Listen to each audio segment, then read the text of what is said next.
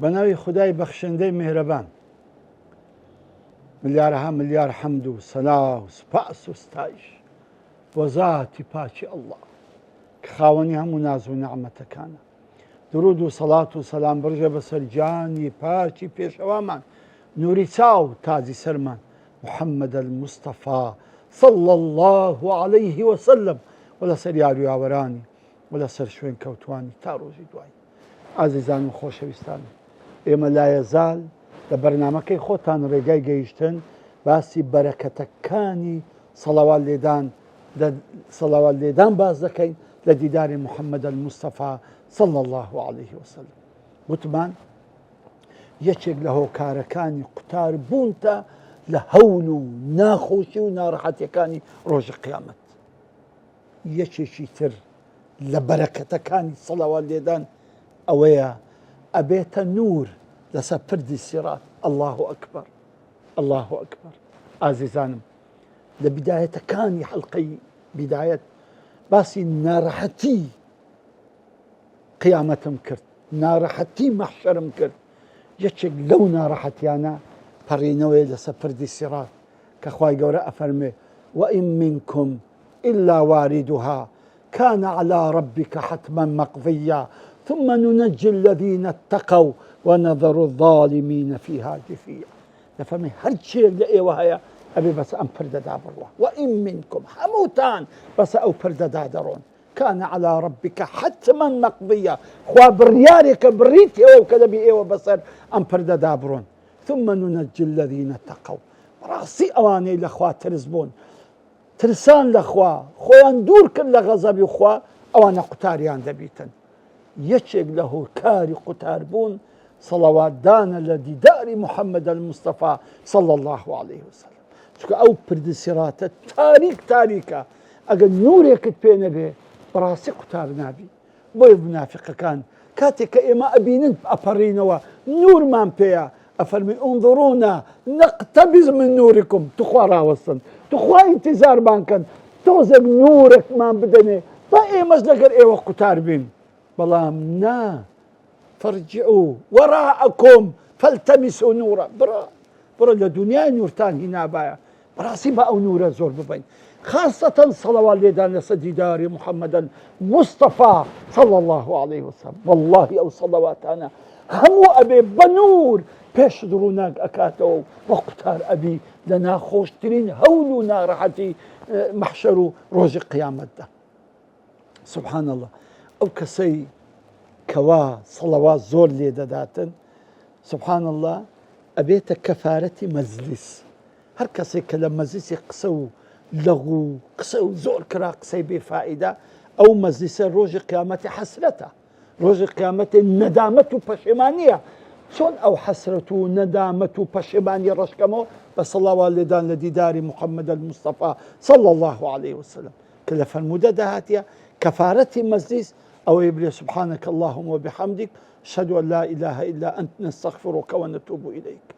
ئەوە وەلەگە سەڵاواتی ئەو ذیکرە لەگە سەڵاواتی سبحان الله ئەبێتە کەفارەتی هەموو مەجلیسەکە، هەرچی غەیبەت و هەرچی قسەی بێ سەروبەر و بێفائیدە کراوە لۆی ڕۆژی قیامەتێ پەشیمان نەبینەوە لە مەجلیسەی بەو سەڵاوات لێدانێ سبحان الله ئەو ناڕەحەتی ڕەش دەبتەوە.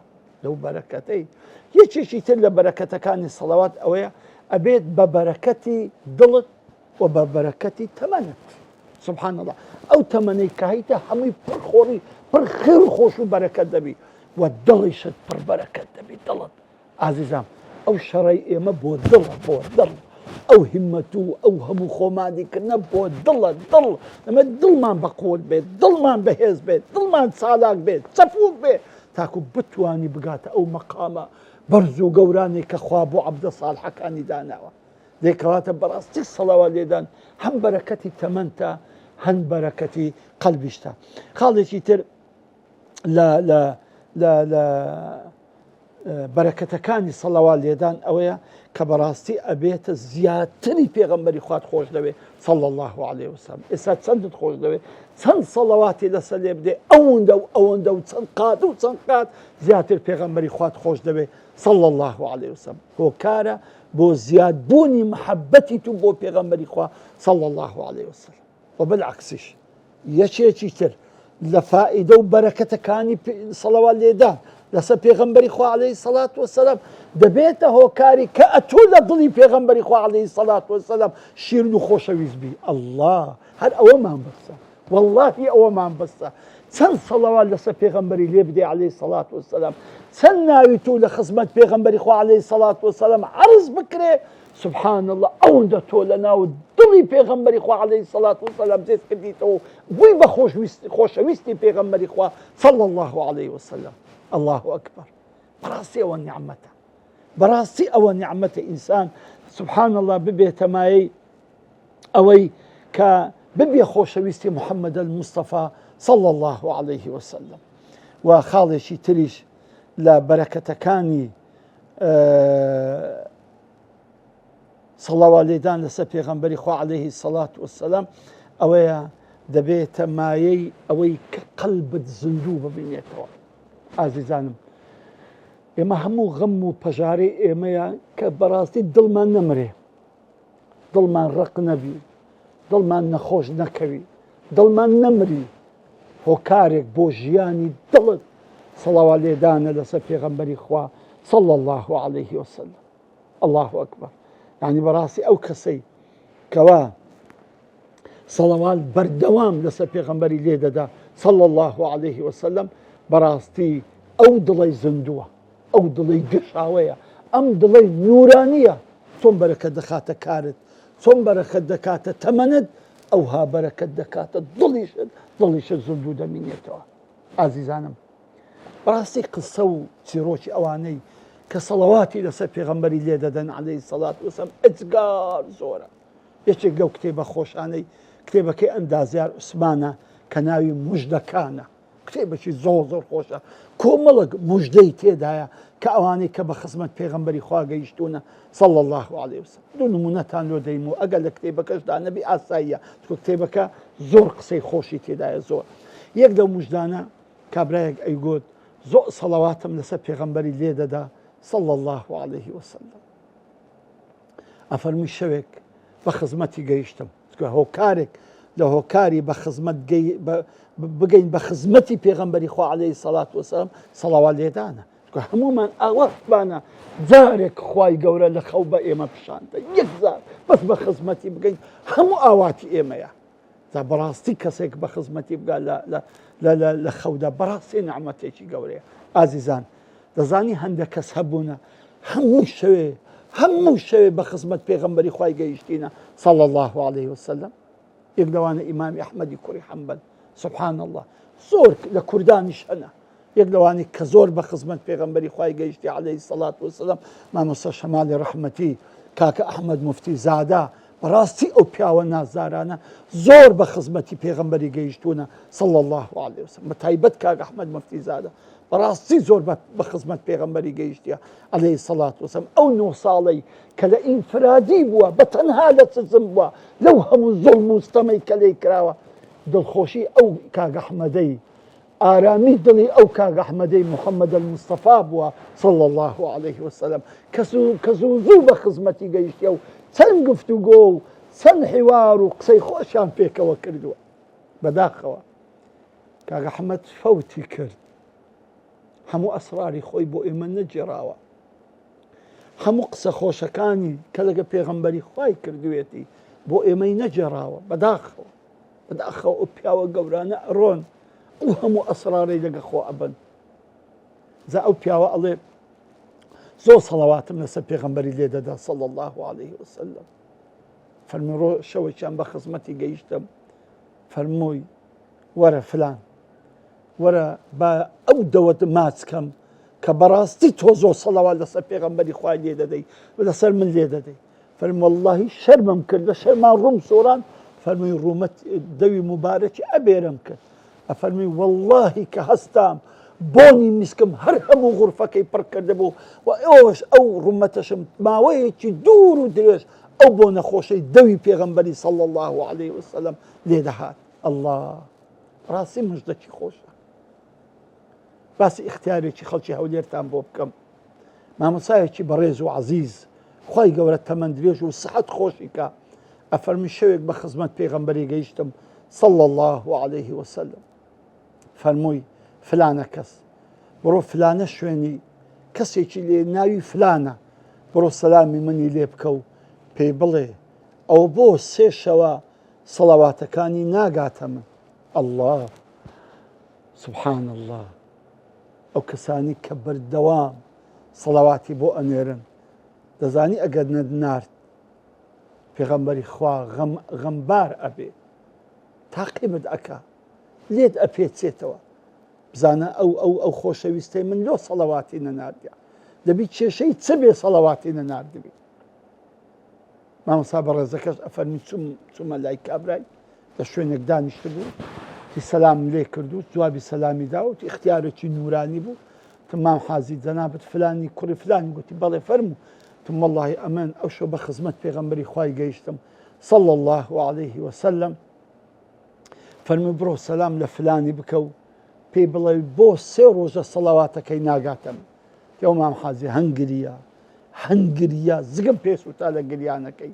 ئەزە فەرمی واللهی ڕاستەکە واللهی ئەوەندە کێشە و ناڕەحەتیم هەبووە لە ناو ماڵ و منداڵ سێ ڕۆژە لەبەر ئەو کێشە و ناڕەحەتی پێم نەکرایە کە وەچی خۆم ئاوا سەڵاواتەکان لەسەر پێغەمبەری عەلەیهی سەڵات وەسەلام کە دەنێرم لۆی بنێرم.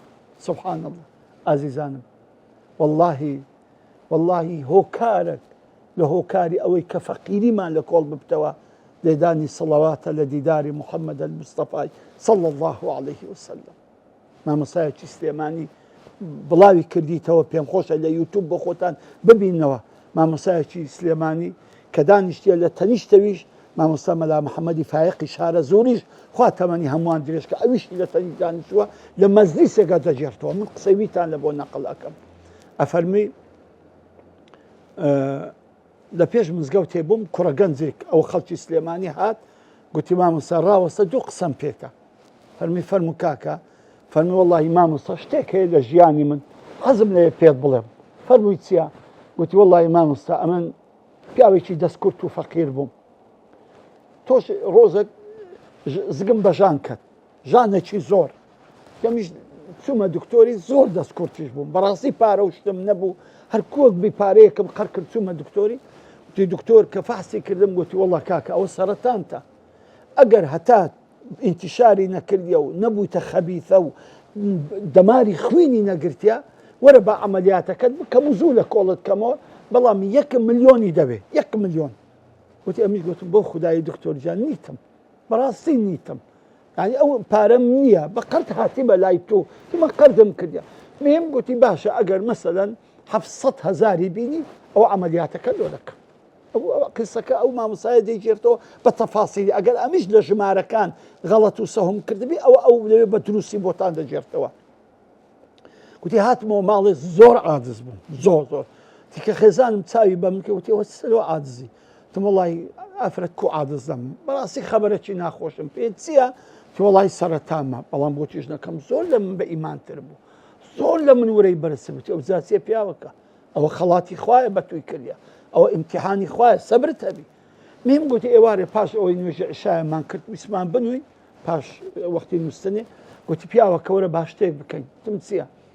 گوتم وەرە گوتی وەرە بە ئەو شۆ نەنووی بە سەڵەواتی لێدەی بە ئومێدی ئەوەم کە خوای گەورە بەو سەڵەواتانە شیفا لە بۆ بنێری وەلەو ناڕەحەتی و فەقیری و دەستکورتیش لە زاتمان بی. ئەمی گوتم تەهوو بابا منەوە 700,000 نییە ملیۆنێکم نییە بچم عەمەلیات پێ بکەم ئەگە سەڵەوات چ دەردی من تیمار دەکە گوتی با تاقیکەینەوە. سبحان الله گوتی قەناعەتی هات تی دانیشتین لەسەر دوو گوردی هەردووکمان حتا نوێژی بەیانی سەڵەواتمان لێدا کابرا دەجێرتەوە دەفەرمی پێش نوێژی بەیانی سبحان الله بڕکماندی بووم خەوێکم لێ کرد دەزەی خۆم گوتی لە خەومدا بە خزمەت پێغەمبەری گەیشتم صلی الله عليه وسلم.